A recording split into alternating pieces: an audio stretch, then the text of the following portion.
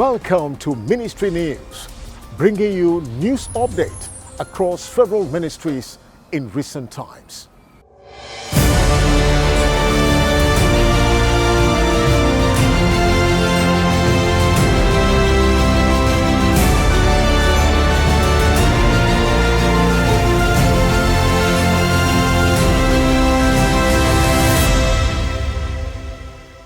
The Federal Executive Council (FEC) has approved various contracts worth 76.78 billion naira for the Ministries of the Federal Capital Territory (FCT) and Transportation, as well as for flood control in the 6 geopolitical zones. This was disclosed to State House correspondents after the week's virtual council meeting presided over by Vice President Yemi Osinbajo at the Presidential Villa in Abuja. Addressing journalists at the end of the meeting, the Ministers of Information and Culture, Alhaji Lai Mohammed, FCT, Malam Mohammed Bello, and Transportation, Rotimi Amechi, gave breakdowns of the activities of the Council as well as details of approved contracts. Highway number 105 is popularly known as the Kuje Road. That's the road that links Kuje Satellite Town with the interchange at Yami. It's a road that, if done, is going to reduce traffic congestion on that stretch of the road, open up the whole of Kuje town, and provide alternative routes by linking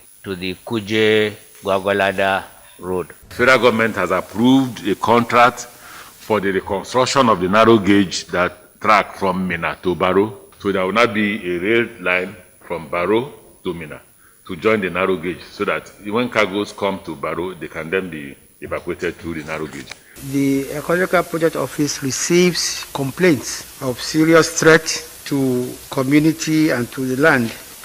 The federal government has signed a memorandum of understanding with Bauchi and Sokoto states to provide reliable power to unserved and underserved rural communities in the states. The Permanent Secretary, Federal Ministry of Power, Nebolisa Anako, who represented the Minister of Power at the MOU signing ceremony in Abuja, said the move was aimed at improving electricity supply to the areas. The Federal Ministry of Power disclosed this in a statement it issued in Abuja on Thursday, adding that the MOU was signed under the power sector component of the Nigeria Economic Sustainability Program. Anako further stated that the federal government plans to install 5 million solar home systems and mini grids by which 250,000 jobs will be generated to impact over 25 million beneficiaries across the country.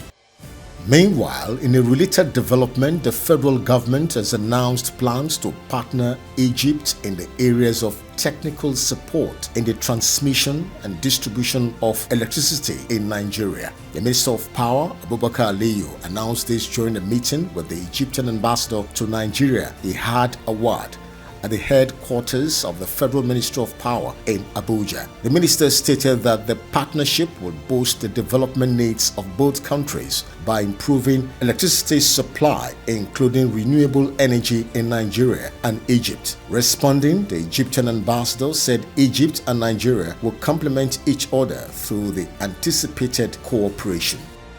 The federal government on Wednesday said it was working to establish 3 modular refineries in each of the oil-producing states, particularly in the Niger Delta region. The Minister of State for Environment, Chief Sharon Ikeazo, disclosed this in a statement issued by the Ministry of Environment in Abuja. Going by the plan, the government will have to establish about 18 refineries in the country's 6 major oil-producing states in the Niger Delta, including Rivers, Bayelsa, Akwa Ibom, Delta, Edo, and Cross River. It said the objective was to halt the illegal artisanal refining activities going on in oil-producing areas and its impact on residents in the affected locations. She also said the government will also train the artisanal refiners on environmental management, including skills required for oil spill management and remediation.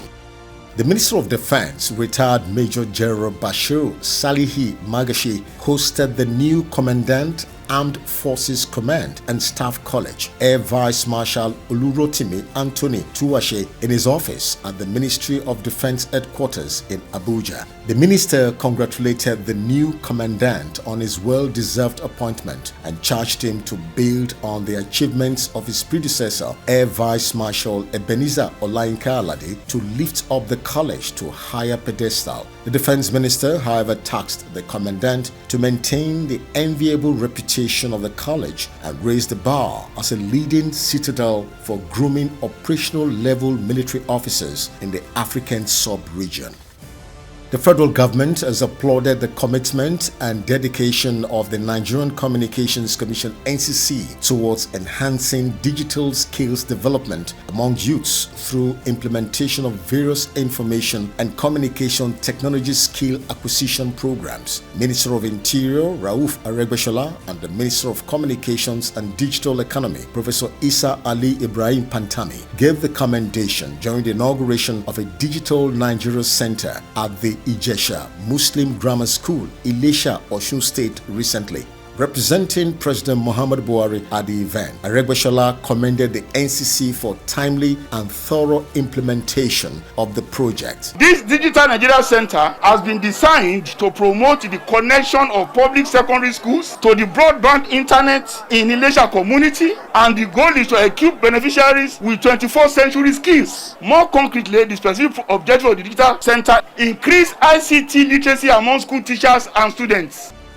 The Federal Minister of Science, Technology and Innovation, Dr. Ogbonnaya Onu, has said that implementation of 0.5% GDP on science, technology and innovation will guarantee sustainable economic growth and industrial revolution. The minister stated this on Tuesday at the consultative meeting on the provision of minimum of 0.5% of GDP for funding science, technology and innovation sectors in the country, held in Abuja. He said the ministry is fine-tuning strategies that will see to attainment of the implementation of the 0.5% GDP approved by the president, which is targeted at promoting creativity, innovation, together with the attendant benefit of achieving national socio-economic development. Research and innovation is for the good of everybody. This is money that every tier of government will benefit from. The Federal Ministry of Works and Housing has disclosed plans to build 2,000 housing units that will be affordable for low-income earners. The Minister of State for Works and Housing, Muazu Jaji Sambo, during an assessment tour of the project, said the unit is a pilot scheme and its success will lead to the construction of others across the 36 states of the Federation.